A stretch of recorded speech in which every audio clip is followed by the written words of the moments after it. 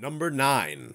Man, the Brute Wyverns are eating real good on this list. And also apparently have an appetite for setting things on fire. Brachydios is a pretty big deal. Although he showed up a little bit after the theropod-inspired Brute Wyverns hit the scene, Brachydios further cemented their presence and pedigree. Only, instead of using actual cement, he used a neon green slime mold that explodes. Makes for a pretty good cement for, a couple seconds. Although not the forefather of the Brute Wyverns, Brachydios was indeed the creator of something maybe just as important. The slime status, soon to be renamed and repurposed as Blast. This is the first and only status, or element, to be introduced since the original Monster Hunter that has made its way onto our weaponry. And in its first appearance, it was busted.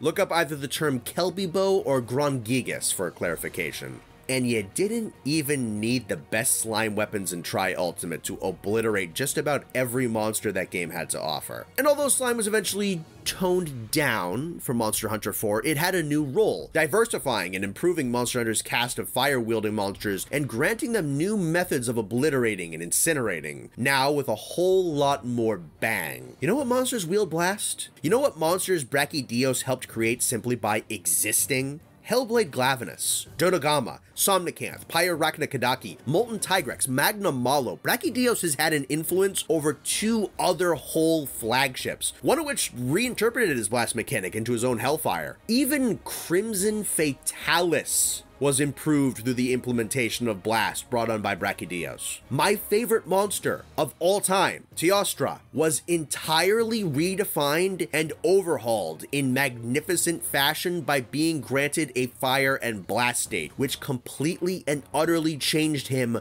for the better forever. Blast even snuck its way into Monster Hunter Frontier and forged its final original monster, Bogabadorumu. And for we hunters, Blast is a staple weapon in a lot of our builds. A status that has found its way onto many of the top sets in Monster Hunter World and Rise, and absolutely Tri-Ultimates. Scorned Magnamalo weapons still remain some of the best weapons in certain categories that Sunbreak has to offer. The ripple effects of Brachydios' conception has improved several monsters, birthed others, and redefined our weaponry, so how on earth is he only at number 9? Well, the only thing holding Brachydios back as a flagship, and I mean just as a flagship, is that his brand new status definitely seems to be the biggest impact he leaves within his own game. Tri had a pretty simple story as is, but I neither remembered nor could find too much more narrative within the expansion Tri-Ultimate past the Sadeas Quakes near Moga Village storyline that was already in the base game. Brachydios isn't even an urgent quest in the single player of his own game.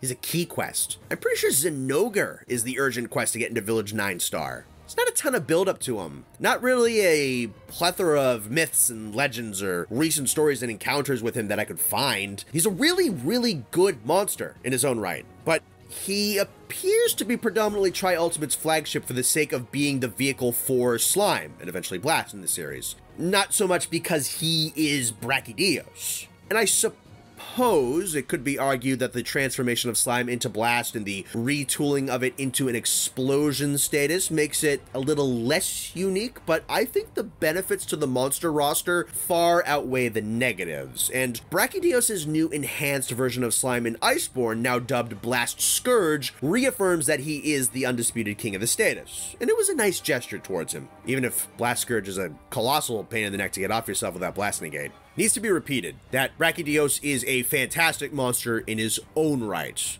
narrative heft included or otherwise. Armed with a shell harder than stone, which has grown on his arms past his fingers into massive blunt pillars, Brachydios is wildly different from his brute brothers in that he straight up fist fights you with giant blunt objects covered in explosive slime. So if Brachydios hits you, chances are one singular strike will liquefy your bones. But on the off chance that he doesn't, you now have the pleasure of watching in absolute horror as a dense, sticky sap latches onto your body, stubbornly clings to you, and shifts from bright neon green to bloody red before detonating and reduces you instead to atoms. In any realistic circumstance, being hit by a Brachydios is the equivalent of being handed multiple death sentences. And don't think you have to just dodge one punch and you're home free. Brachydios is fast, he is agile, and he is clever. If he can't hit you, he will encircle you, coating the ground around you in a delayed reaction puddles of exploding ooze, and his physical defenses are as dependable as a castle wall. Eventually, you will get hit, or you will make a false step into one of his traps. The combat design here is immaculate, and Brachydios in every incarnation is an absolute pleasure to duel with. He feels wholly unique, possessing a fighting style completely his own within and without the Brute Wyvern category. Whoever decided to glue nitroglycerin to the fists of Barney the dinosaur and then teach him how to box deserves a raise, and then another one. What else I love about Brachydios is that